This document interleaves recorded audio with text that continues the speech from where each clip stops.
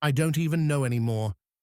If I miss this flight, maybe I'll miss the very life I've fought so hard to hold on to. That thought echoed in my mind as I quickened my pace through Terminal B, heart pounding like a drum in my chest. My throat was parched, my palms slick with sweat, even though the airport air conditioning was cold enough to raise goosebumps on my skin. In my hand was a one-way ticket to Chicago, not a fancy seat, not even by the window, just the cheapest ticket I could afford, after emptying out what was left in my bank account. I had to sell my old silver bracelet, the only gift my mother ever left me, just to make it. On the other hand, I clutched my phone, the screen, glowing with a trembling note, top 10, most common interview questions, sample answers. I had memorized every line as if it were the only thing keeping me afloat in a life that was quickly sinking. This interview wasn't like the others. It wasn't a choice. It was the last chance I still believed was meant for me. For the past 3 years, I had worked non-stop, always the last to leave the office, yet never once mentioned when a promotion was on the table.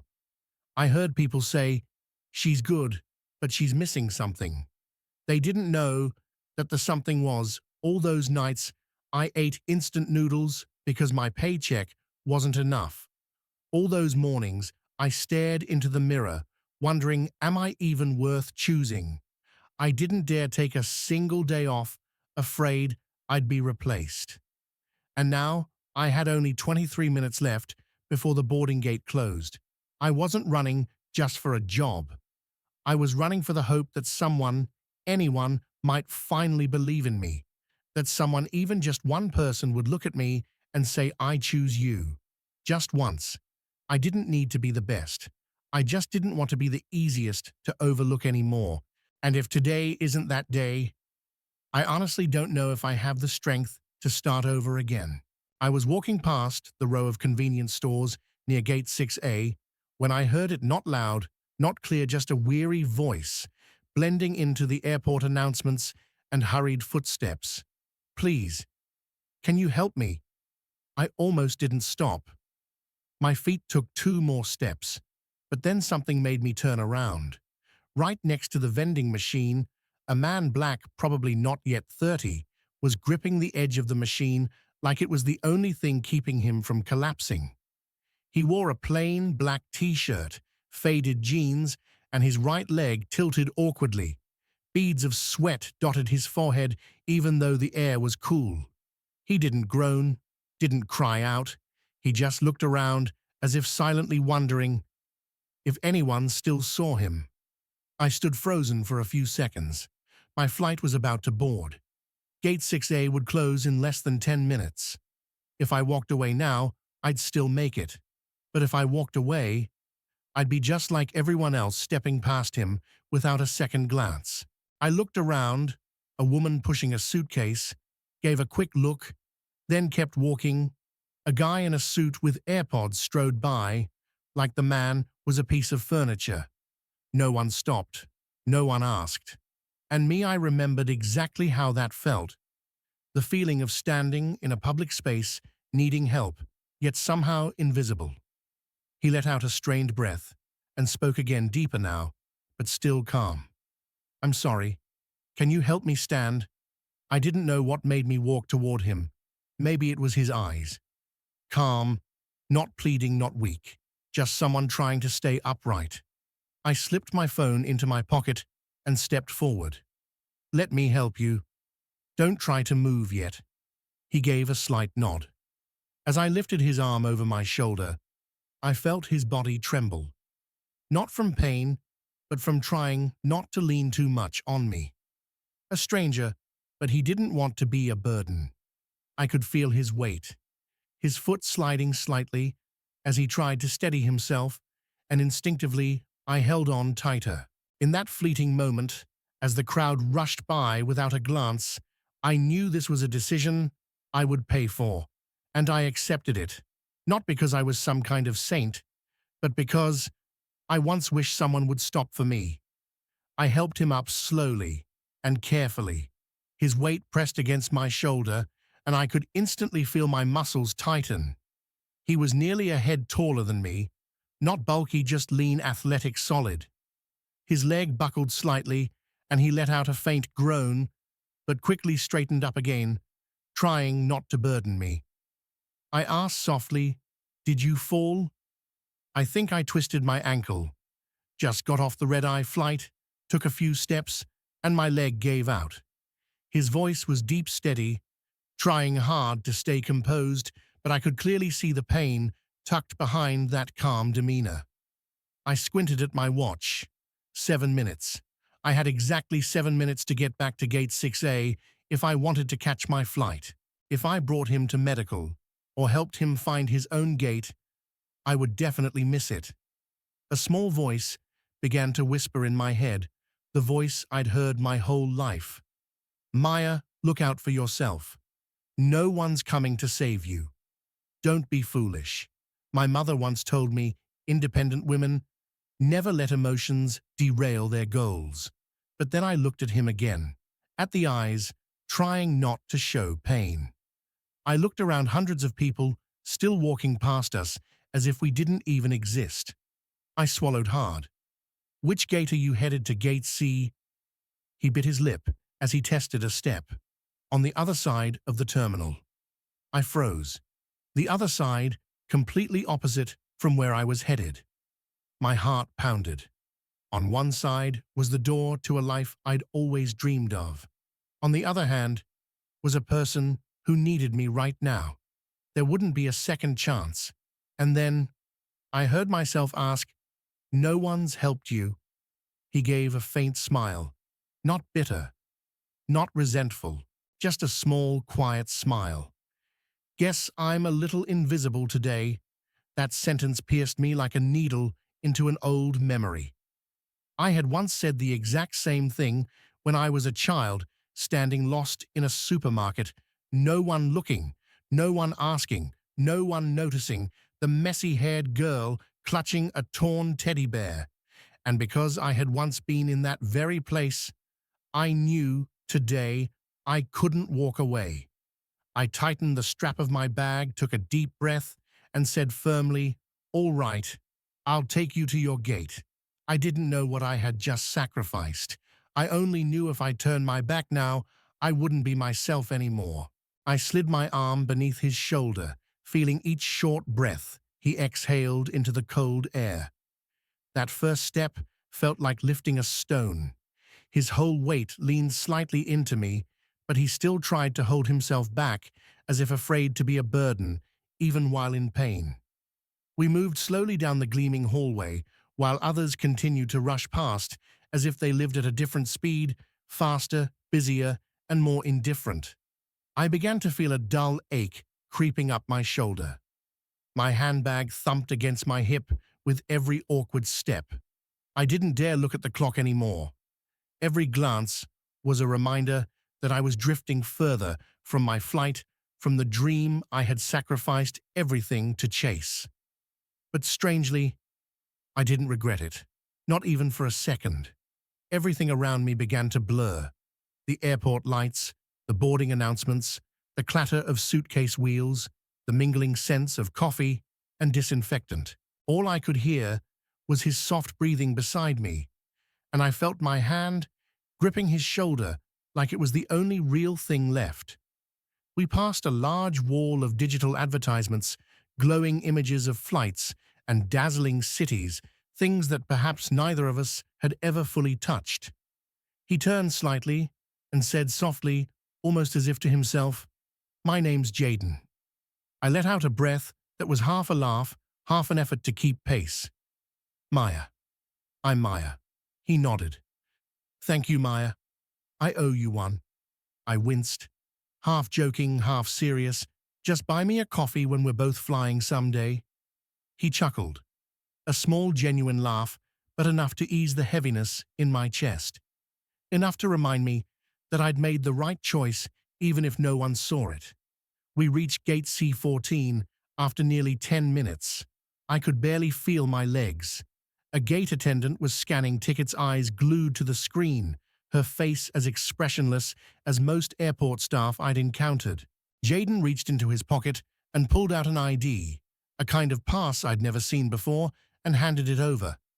The attendant blinked, looked up, then quickly nodded. She gestured toward a separate door near the boarding area, executive first. VIP ramp. I turned to Jaden. He caught my glance and gave a faint, almost apologetic smile. It's a long story, but I'm good from here. He walked off limping, but steady, not looking back. I stood there alone, confused my left shoulder, throbbing my legs frozen in place. I didn't understand what had just happened. All I knew was the man I'd thought was just another ordinary passenger wasn't ordinary at all. But what truly stilled my heart wasn't that special pass. It was his calm, the way he thanked me. Not because I recognized who he was, but because I saw him, before I ever knew. I turned around, my legs heavy as stone. Gate 6A was on the opposite end of the terminal, and even though I knew that clearly, I still ran.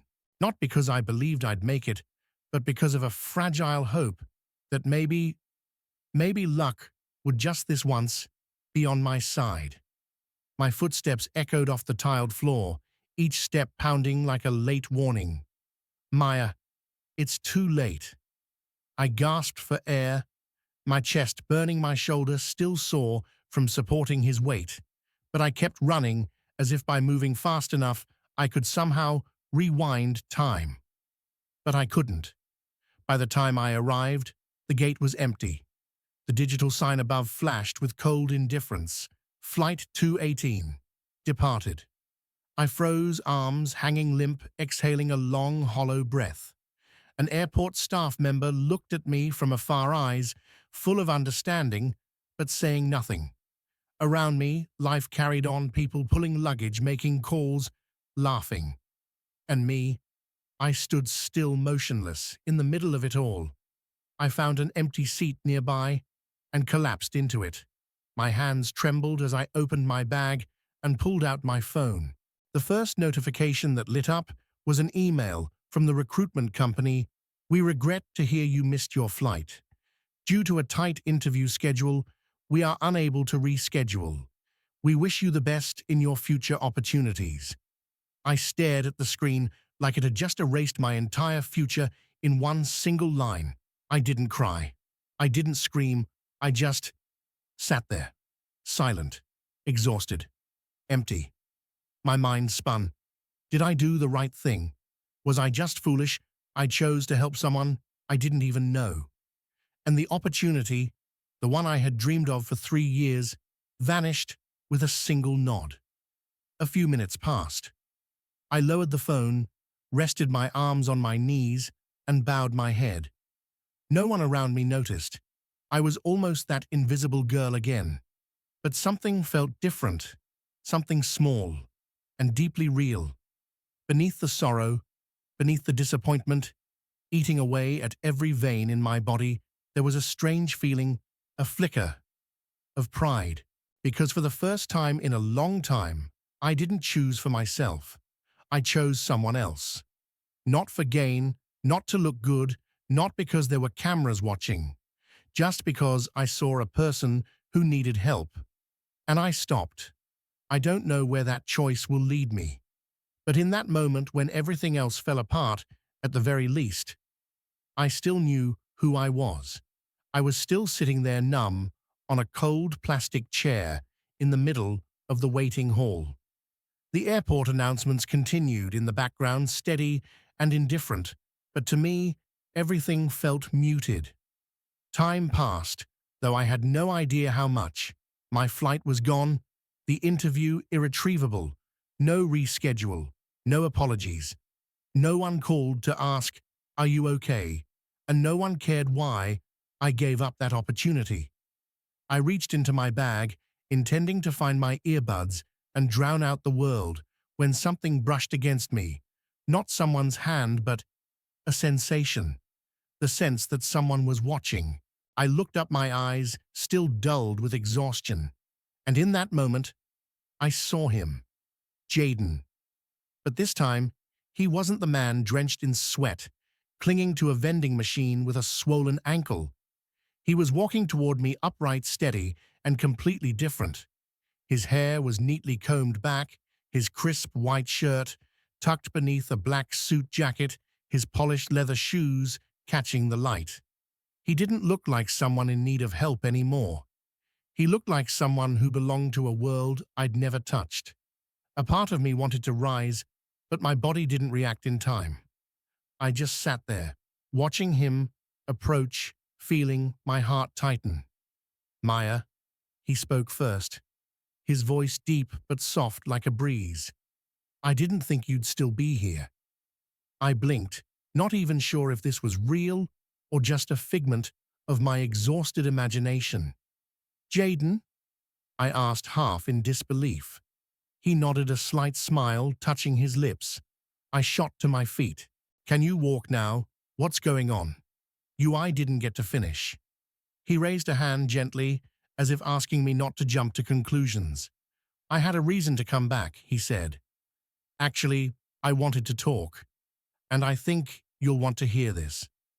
Instinctively, I crossed my arms, facing him, still carrying the sting of disappointment I hadn't fully shaken off. "Hear what I just missed my future because I helped you. And now, I have nothing left to hear." My voice was sharper than I intended, but I couldn't take it back. I was frustrated, ashamed of my weakness. And in truth, I felt deceived. Jaden's face paused for a second. Something flickered in his eyes. Not confusion, but understanding. He didn't argue, didn't defend himself. He simply said slowly, "I didn't come to explain. I just want you to know who I am and why what you did matters more than any interview." I hesitated. That sentence, even though I didn't yet understand it, stopped me in my tracks. Somewhere deep inside, I felt like something bigger was starting to emerge behind the small act I had just done. Something I had never dared to imagine. And maybe I needed to hear the rest. I looked at him, eyes full of questions I couldn't bring myself to speak aloud. Jaden slowed his pace and pulled something from his jacket, not a boarding pass, not an employee ID, but a metal card with embossed letters. The Sky Air logo gleamed beside the words Jaden R. Langston, Chairman and CEO. I stepped back half a pace, as if my heart had just been knocked out of rhythm. I looked up at him, stunned into silence. "You're the CEO." He nodded slightly, not with pride, not with smugness, but with quiet sincerity. "I don't usually throw around titles. I had just come from a closed-door meeting today, no security detail, because I hate the spectacle. I took the side corridor quietly and twisted my ankle. The rest, you know." I was reeling, not because of the title itself, but because everything inside me began to rearrange. I had casually spoken with one of the most powerful figures in the airline industry without even realizing it. I had half carried, half supported, half pulled a man who would normally have a full security team at every step. And I, the broke girl living off savings, had stood there doubting him, questioning him, even turning cold on him. "Why didn't you say anything from the start?" I asked, my voice dropping, almost trembling. Jaden tilted his head, his gaze softening. "If I had, would you have still stopped to help me?" That question cut like a small silent blade. I said nothing, because honestly, I wasn't sure what the answer would have been. In a world filled with caution and calculation, who still stops to help a stranger without needing to know who they are? Jaden stepped closer, his voice low, steady, and real. "You're the first person in a long time who stopped. You didn't ask who I was. You didn't ask for anything. You chose the human being, not the advantage. And that is why I came back. I didn't know where to look. My emotions swirled, confusion, shame, and something warm and unfamiliar creeping through the cracks. I didn't know what to say. I just stood there like someone who thought she had lost everything, only to be handed something greater than the opportunity she thought she missed. Jaden exhaled softly. Maya, do you still want a chance? But this time, not as an employee, as someone who'll help me rebuild what the airline industry is losing its humanity. That sentence left me frozen, not because it was flashy, but because I could feel it. He meant it, and he chose me, not for my resume, not for my reputation, but for the simplest reason of all, because I didn't walk away. I looked at Jaden, and for the first time since meeting him, I no longer saw a stranger in need. I saw a person who had once stood where I stood, maybe once disappointed, once alone, once having lost faith in kindness, and who now used his power to rediscover that very kindness through someone completely ordinary like me. He didn't promise to change my life. He simply said, "If you want it, I have a role for someone who knows how to put people before systems. No one's perfect, but the world doesn't need more brilliant minds just to win. What it needs is someone willing to stop." I smiled. Not brightly, not proudly. Just the smile of someone who had walked through enough cold to finally understand what truly feels warm. I nodded. I don't know if I'm good enough to do something big, but if what you need is someone who knows how to listen, I'm always ready. Jaden extended his hand, and I took it. In the middle of a bustling airport, where hundreds were dragging suitcases, tapping on phones, and racing toward their own flights, two people had just found a completely different direction. Not through boarding passes, not through timetables, but through one simple thing: humanity. I don't know what the future holds, but as I walked beside Jaden, away from Gate 6A, no longer the girl chasing an interview, but someone offered an opportunity, born from the heart, I knew I had just boarded the most important flight of my life. A flight with no seat, no ticket, but one that might take me somewhere I never dared to dream. Not because I was perfect, but because I stopped when everyone else kept walking. A week later, I walked into the Sky Air headquarters with a mindset I couldn't quite name. Excitement? Yes. Nerves? Absolutely. But deep down, there was a feeling I had never known before I was being trusted. Not because I had a stellar resume, not because I had connections, but because someone had seen something in me when I hadn't tried to impress anyone at all. The headquarters stood tall in the heart of Chicago's bustling financial district, a glass tower glinting in the sun, reflecting perfectly the invisible pressure it contained. I wore a simple, light blue blouse and an old pair of dress pants I had ironed as carefully as I could. Not because I couldn't afford new clothes, but because I still couldn't quite believe I belonged here. The elevator took me to the 41st floor, the one people said was reserved for leadership only. Every step I took felt like it left a mark not on the floor, but in the curious eyes that followed me. A few employees passed by, nodded politely, but their glances were unmistakably inquisitive. Who is she? Why is she allowed up here? I knew I was the talk of the office. A girl with no credentials, once a contract worker in a small company, now invited to sit in a strategic meeting with the CEO. No one accepts that easily. And to be honest, if I were them, maybe I'd doubt too.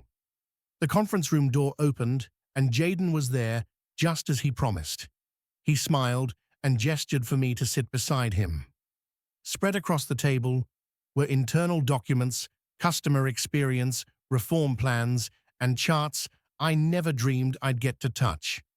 "Maya," he said, once the room had quieted, "I've already introduced you.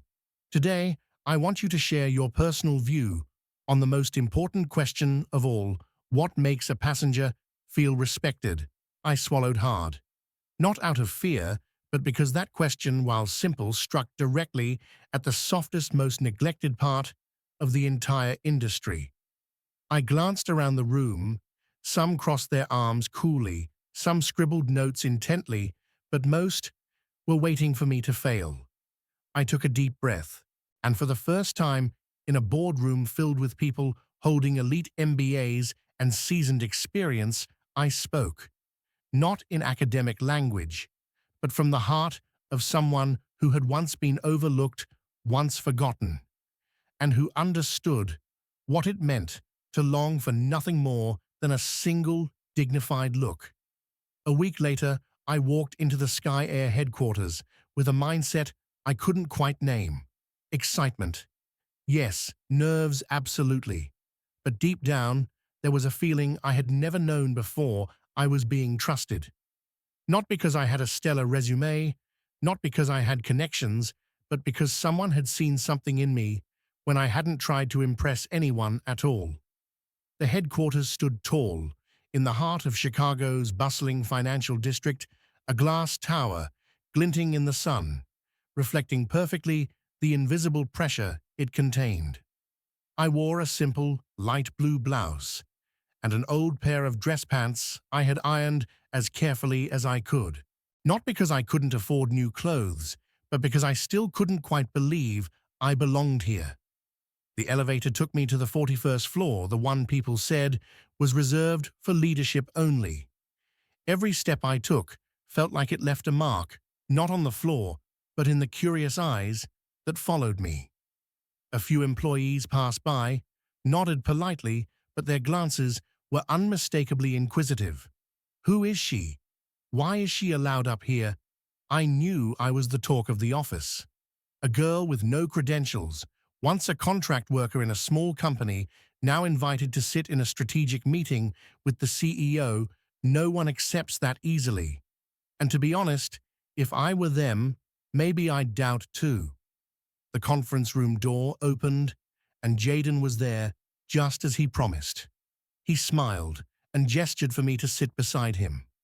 Spread across the table were internal documents, customer experience reform plans, and charts I never dreamed I'd get to touch. Maya, he said once the room had quieted, I've already introduced you. Today, I want you to share your personal view on the most important question of all. What makes a passenger feel respected? I swallowed hard. Not out of fear, but because that question, while simple, struck directly at the softest, most neglected part of the entire industry. I glanced around the room. Some crossed their arms coolly, some scribbled notes intently, but most were waiting for me to fail. I took a deep breath, and for the first time, in a boardroom filled with people holding elite MBAs and seasoned experience, I spoke, not in academic language, but from the heart of someone who had once been overlooked, once forgotten, and who understood what it meant to long for nothing more than a single, dignified look. I stood up.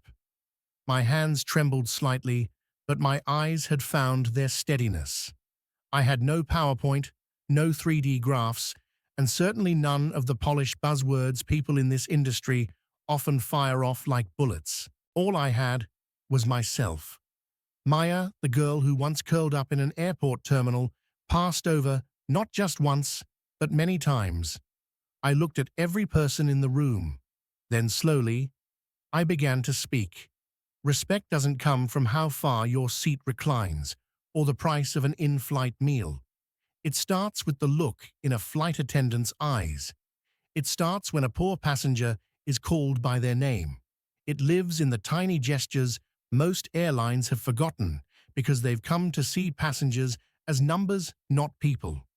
Someone furrowed their brow. Another glanced discreetly at their watch. But I didn't stop.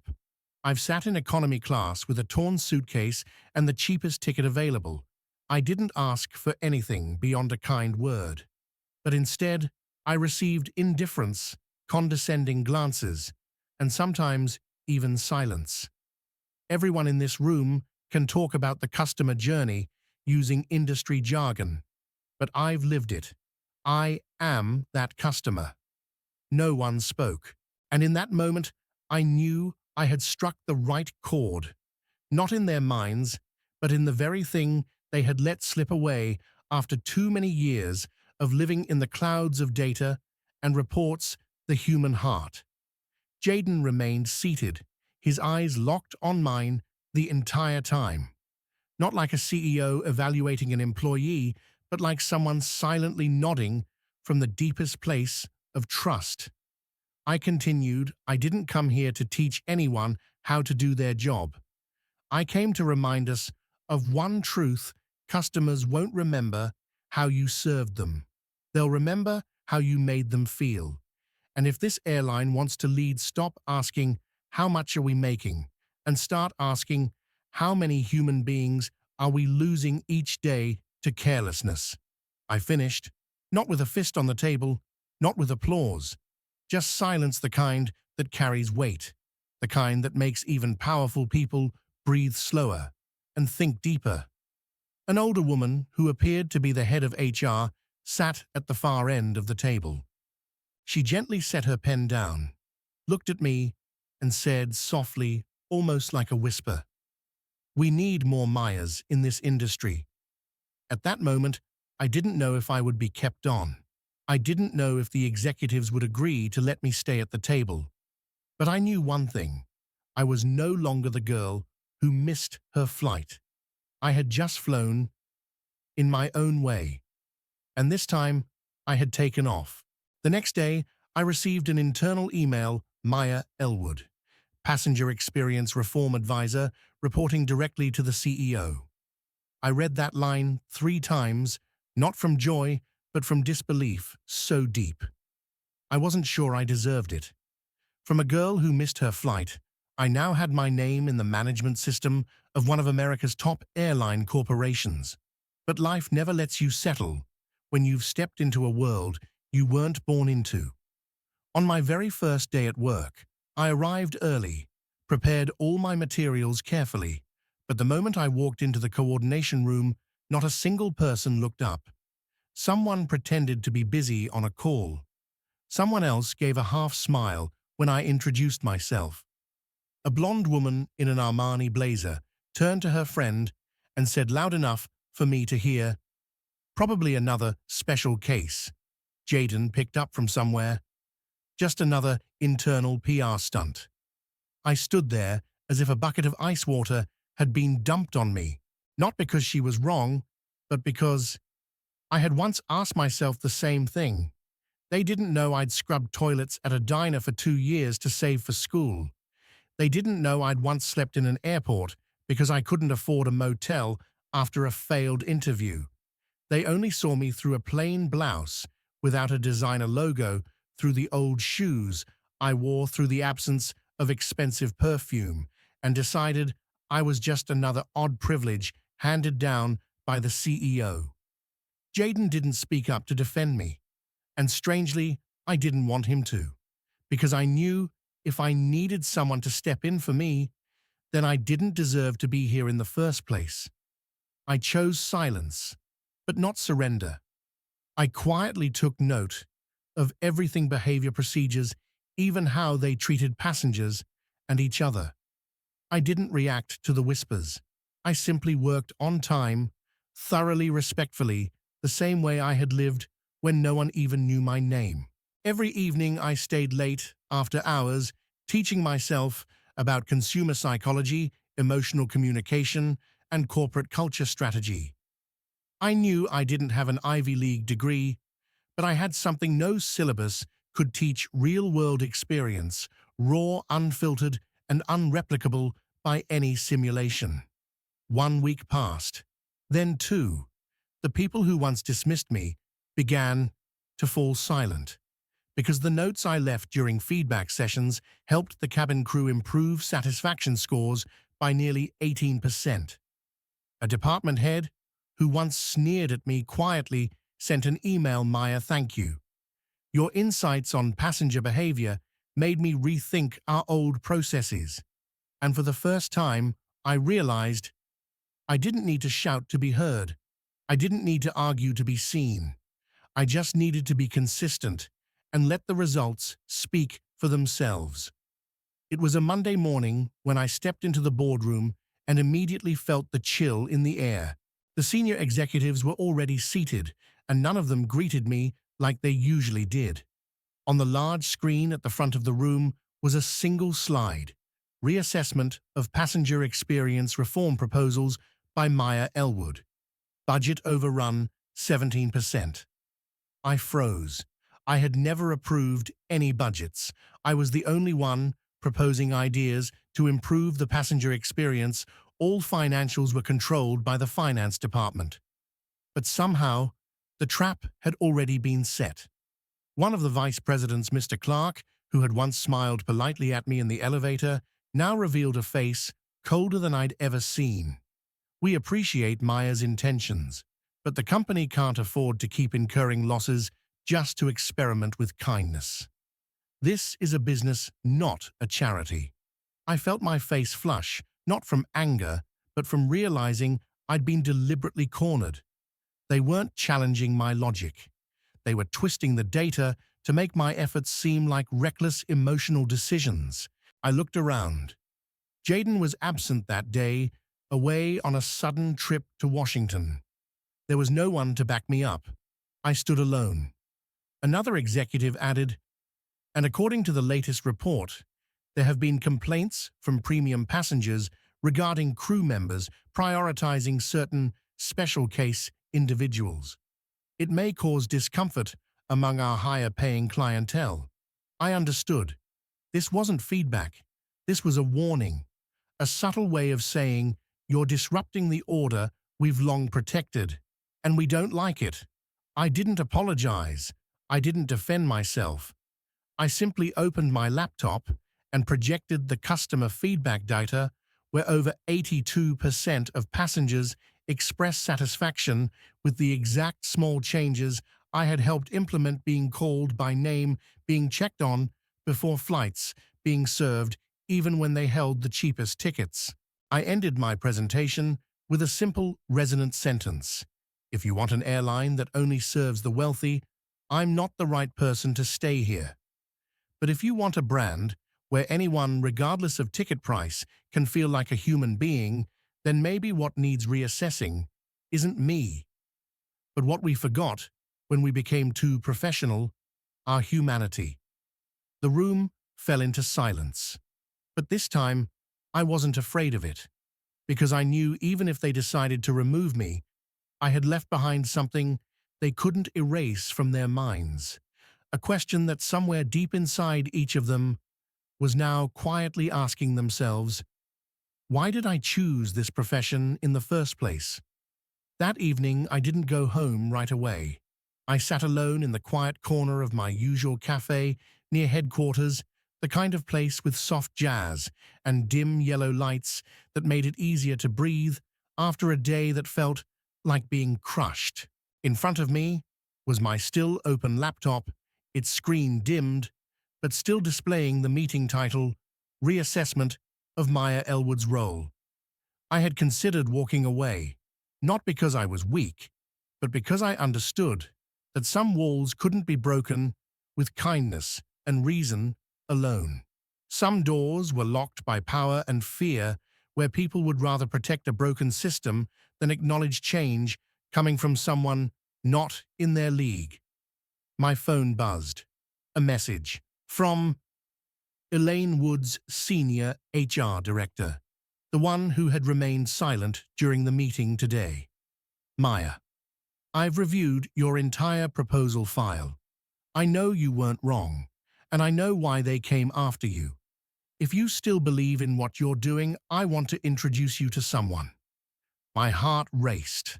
I never expected one of the key internal figures to be the first to stand beside me. The next morning, I arrived at a small office near O'Hare Airport, the division managing SkyAir's pilot programs. It wasn't glamorous or sleek like the main headquarters, but it felt lighter.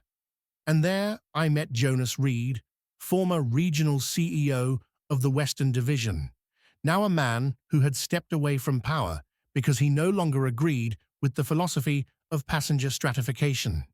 He looked at me as if he had known me for years, and the first words out of his mouth nearly brought a lump to my throat. I don't know if you have the strength to keep fighting, but I have a proposal. I want you to lead a new pilot program, the humanity route, no seat classes, no VIPs, every passenger treated the same. I don't need polished reports. I need the truth. And I need you. I didn't know what to say. I had grown used to suspicion, scrutiny, and being placed in the weakest position in the room. But for the first time, someone was giving me not just an opportunity, but full trust. I nodded. Not because it was a high position, but because I knew this was a place where I could finally be myself, not having to suffer to earn recognition, but being recognized because I had always dared to endure. On the way back, I looked up at the sky. A Sky airplane soared overhead. I whispered a line as if speaking to myself, but also making a vow: if I can't change the whole sky, at least I'll begin with one flight path. The pilot program was named the Equal Sky, a sky of equality, and it was approved in just 10 days with a limited scale, a single route between Chicago and Denver, using a mid-sized aircraft with 120 seats and no cabin classes. No first class, no priority boarding, no special passengers. Every traveler was called by name, greeted before boarding, and served like a relative, not like a ticket. I handpicked every flight attendant.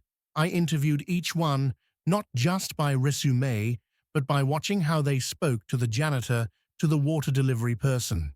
I built a new service protocol, not based on per-seat revenue, but on the emotional score reported by passengers post-flight.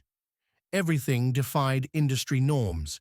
And that's when Clark, the man who had once backed me into a corner during that boardroom ambush, unexpectedly emailed me requesting a private meeting. We sat in a small meeting room where early drafts of the Equal Sky were still taped to the walls. He entered without the usual overconfidence. His eyes now held something uncertain. I stayed quiet, waiting for him to begin. Clark spoke first. I used to think you were a joke, a feel-good experiment that didn't belong in this industry. But then I looked at the numbers from your trial route.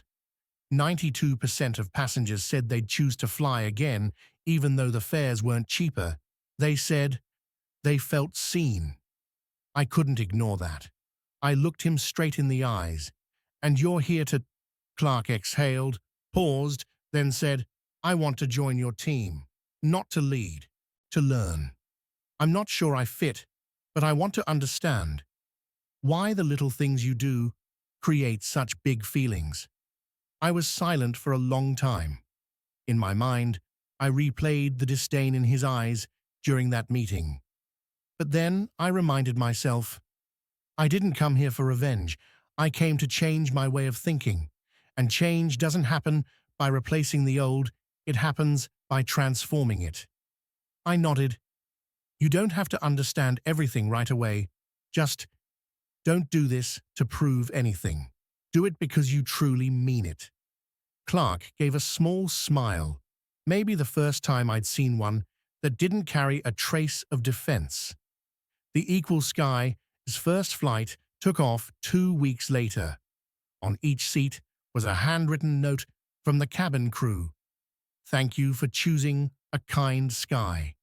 And standing at the rear of the plane with me was a former adversary now, quietly watching, learning how to serve not from a manual, but from the heart. 2 weeks after the Equal Sky's inaugural flight, social media buzzed to life. Posts with the hashtag #TheEqualSky spread rapidly. Passengers shared photos of handwritten notes, videos of flight attendants smiling at elderly travelers as if greeting their own mothers.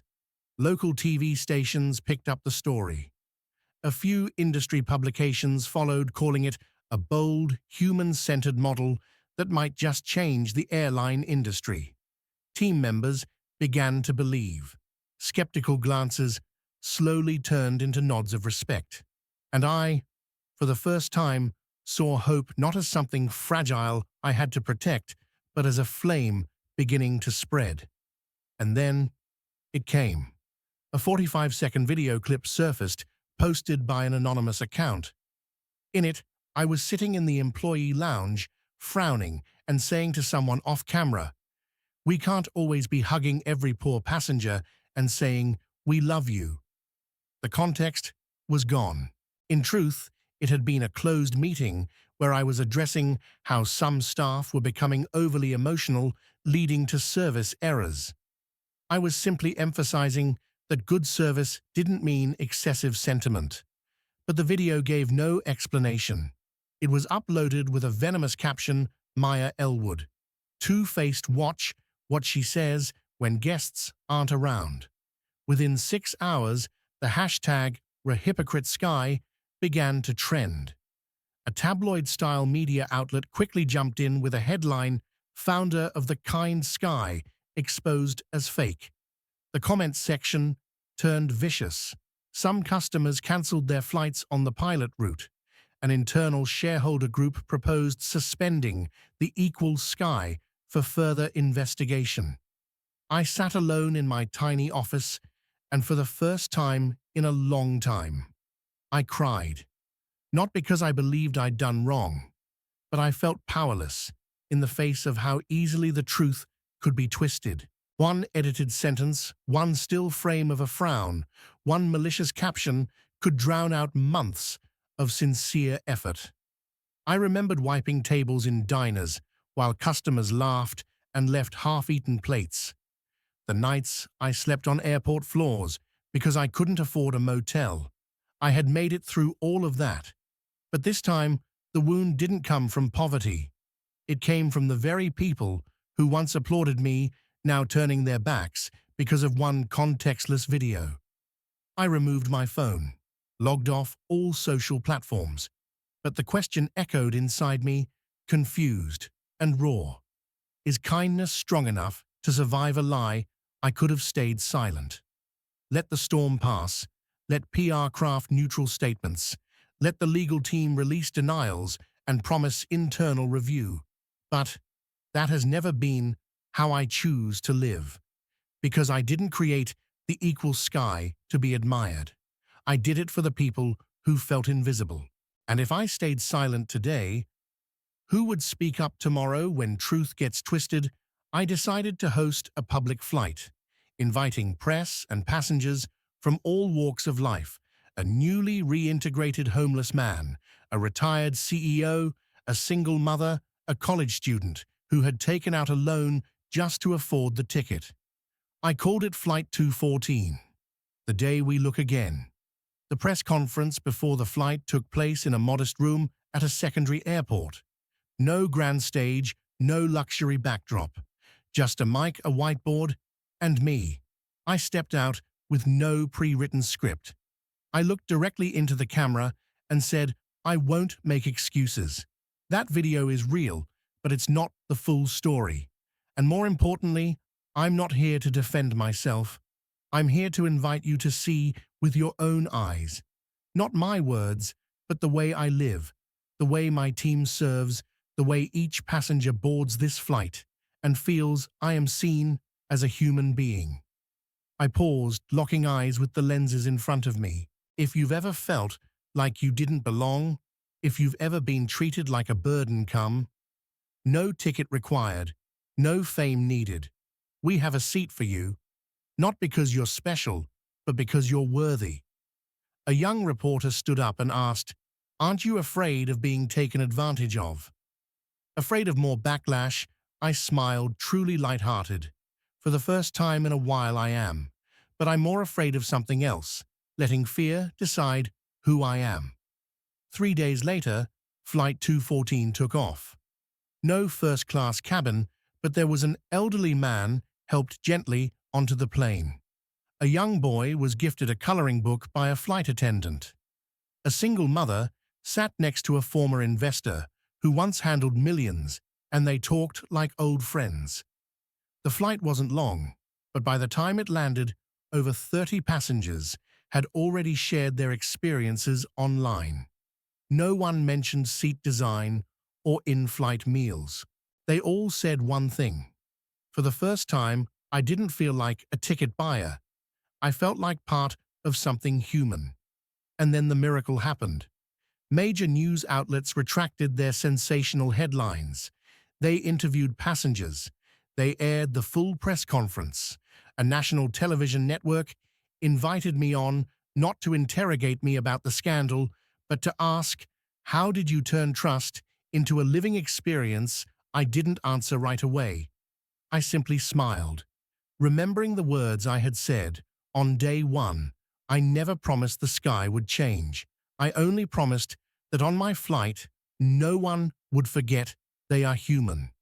I was preparing my speech for the National Service Impact Awards, a major event honoring individuals who had revolutionized the service industry in America. What moved me most wasn't the nomination itself, but seeing my name listed beside veteran executives people once praised in management textbooks. Jaden texted Maya, "You're rewriting the definition of trust." Never doubt that. I smiled. Finally, after so much doubt, after being edited, misquoted and misunderstood, the world seemed to be starting to understand what I had always meant to do. But that joy didn't last. 3 days before the event, a tabloid news outlet released a so-called special report nearly 8 minutes long, titled "The Truth About Maya Elwood, the woman once expelled for theft." I froze. The footage was grainy old, a blurry image of a teenage girl standing outside a principal's office, her face blank, her eyes red. They cited records from a public school in Minnesota where at 15 I had been suspended for stealing a sandwich and a bottle of milk from the cafeteria. No one mentioned the truth behind it, that I hadn't eaten in 2 days, that my mother was in rehab, that my father had never been part of my life. No one said how I came back later, apologized and washed dishes for free for a full year to make it right. They only said, "The woman leading a movement on kindness turns out has a history of theft." The media storm flared up again, but this time it was different. This wasn't a misunderstanding from a cut video. This was the truth, but told without compassion. Some of my supporters hesitated. They asked, "Why didn't you ever tell this story? If you believe in kindness, why hide your past?" I sat alone in a dark room, holding the invitation from the awards committee tightly in my hands. Should I cancel? Should I disappear again, like I had in the past? But then I remembered a 15-year-old girl standing in front of a vending machine, stomach growling tears, falling still trying to smile in front of her friends as if she were okay. I owed that girl a chance to stand tall without shame. And I decided I would still attend the event. But I wouldn't read the speech I had prepared. I would tell the real story. Not because I needed forgiveness, but because I knew that somewhere out there were thousands of kids just like I once was, and if I didn't dare stand up, how would they ever believe they weren't the mistakes the world once labeled them to be? That night, the awards ceremony was broadcast live. The hall was packed with powerful figures, corporate chairmen, government ministers, scholars, and those long celebrated as pioneers of innovation. And among them stood I, a woman once expelled from school for stealing a sandwich. The host announced my name. Applause followed, but not with the warmth one might expect. Some exchanged glances. Some gave polite, restrained smiles. Cameras turned towards me. Still, I walked forward, head high, heart bare. I wore a deep blue dress that my mother had once sewn by hand, a dress I never imagined I'd wear in a place this grand. I stood before the microphone. My speech notes trembled in my hand, But I didn't look at them. I looked straight ahead, where the lights were so bright I couldn't see anyone clearly. But I knew somewhere a child was watching. Someone who had been hurt was listening. Someone is wondering if they could ever outgrow their past mistakes. I began.